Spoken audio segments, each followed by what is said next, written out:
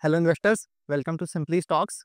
In our previous video, we had studied 4 small cap stocks that have announced very good June quarter results and the earning season is still ongoing. So today we have bought for you 4 new small cap stocks that have announced excellent results. We will understand their business models, look at their results, and we will also try to figure out what their future looks like. But keep in mind that this video is not a buy or sell recommendation on any of these stocks in any way. With that being said, let's get started.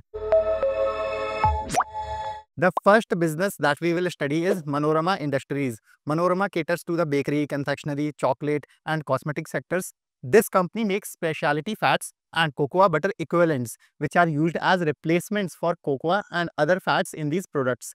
So here, FMCG companies get a cost advantage by using Manorama's products as these fats are cheaper for them. So they are basically a proxy player for FMCG sector. Manorama makes these fats using mango, shea, and sal seeds. Its business model is such that it sources these seeds from forests of Africa and India with the help of tribals and collection centers, and then processes those seeds to make the fats.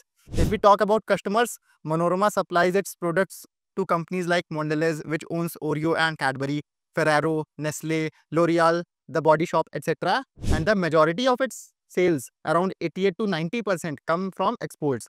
For this, Manorama has a fully integrated plant in Raipur.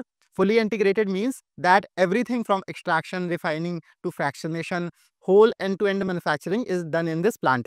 Recently, the company increased its capacity, and going forward in the second half of this financial year, that is between October and March, they will do plant maintenance and upgrade it. With that, their capacity will increase by 30%. And also they have purchased a large 20-acre land next to their plant where they will expand in the medium to long term. They shared these expansion plans in the recent June quarter press release. Now let's take a quick look at the results once. So in the months of April, May and June, that is in Q1, their sales grew by 117% and net profit increased by 274% from 13.5 CR to 51 CR. There has been a very good expansion in EBITDA margin too, from 20.1% to 27.3%. This same expansion got reflected in net profit or PAT margin, which grew from 10.2 to 17.5%. These are very good results for Manorama. I will tell you why. Because their management previously guided for 35% sales growth only, and the guidance for margin was to be in the range of 23 to 25%. But if you look, the sales growth has been 117% and we saw an EBITDA margin of 27% in Q1. This means the business is showing very strong growth. Now, yes, valuation is a bit on the higher side for Manorama, but FMCG and proxy FMCG businesses usually trade at high valuations. Apart from this, even if we assume that this 117% Q1 growth will slow down and they will achieve just 50% sales growth for the full year, even then this is a fair valuation for this level of growth. Now the second business that we will study is microfinance player Credit Access Grameen. Credit Access is an NBFC, meaning it is in the business of giving loans. It gives small unsecured loans ranging from 1.5 lakh to 2 lakh rupees. This is called microfinance and it has a very good presence in Karnataka, Tamil Nadu and Maharashtra. If you look at this screenshot, their 34% of the loans they have given are in the 1 to 1.5 lakh rupees range. 28% of their loan book is in 50,000 to 1 lakh rupees loan size, and 20% of their loans are in the 1.5 to 2 lakh rupees range. Now see, microfinance is a high margin but cyclical sector. In this, NBFCs raise money at 10% rate around and lend it forward at 20 to 25% interest. So the margin can be, the interest margin for NBFCs can be as high as 10 to 15%. But for the past 1 year, the whole microfinance sector has struggled a lot. If you go and look, Poonawalla Fincorp, Arman, Credit Access, all of them had very poor results for the last 2 to 3 quarters. Their loan defaults or NPAs have increased sharply. Loan defaults or NPAs happen when those people who were given loans don't pay back. In such cases, an NBFC's entire focus shifts from growth to recovering money because the business starts slipping into losses. But now the microfinance sector is seeing good recovery. The cycle is turning around. If you look here, for Credit Access Grameen, meaning what percentage of loans are at risk of default, that number has been declining. Now, since the risk in the loan book is coming down, you will notice that their cost of borrowing is also coming down. Look at it this way. How does an NBFC work? So, an NBFC borrows money from banks or institutional investors and then gives out loans.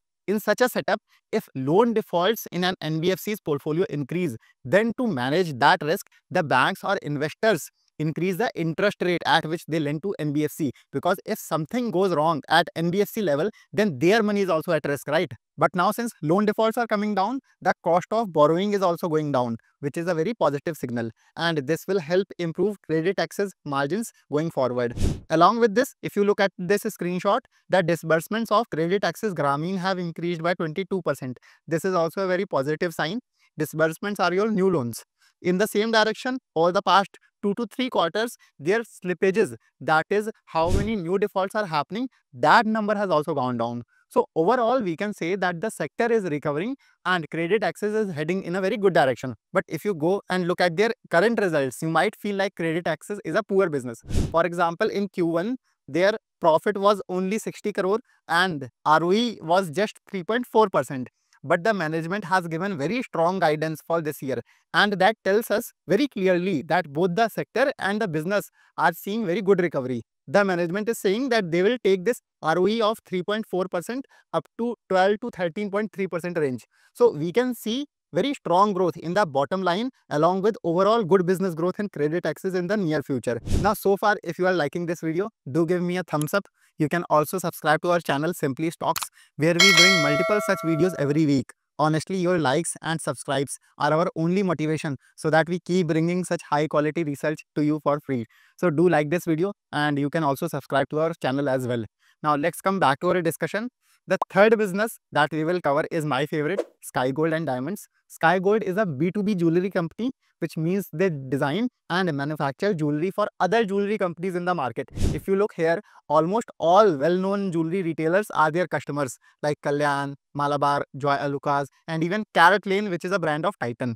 Sky Gold has also reported very strong results, and actually this has been my portfolio stock for the last 2 years. It has consistently delivered very good results. Now in Q1, their sales increased by 56.5% year on year to more than 1100 crore rupees, and their profit has grown 105% or basically doubled to 44 crore. Their net profit margin has been quite healthy too at 3.9%, and their target is to increase this 3.9% margin to 4.5% by next year. Now maybe you will think that 3-4% margins are low, but in the jewelry business, profit margins are low only.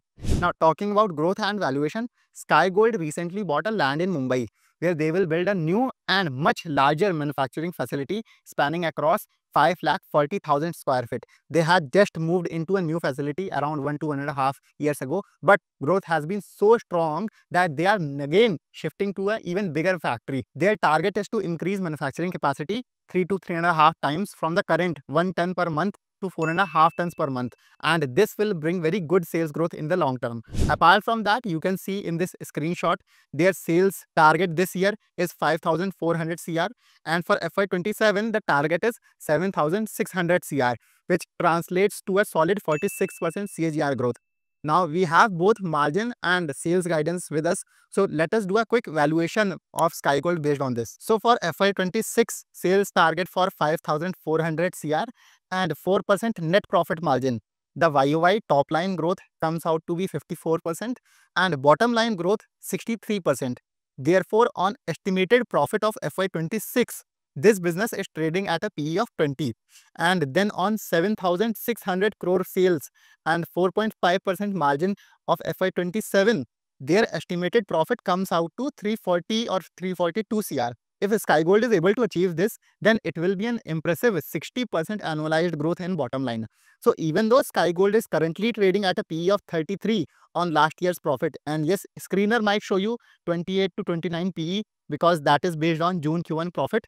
But if we look 2 years ahead, the forward PE comes down to just 13, and it is a very attractive valuation for a 40 to 50% type growth business.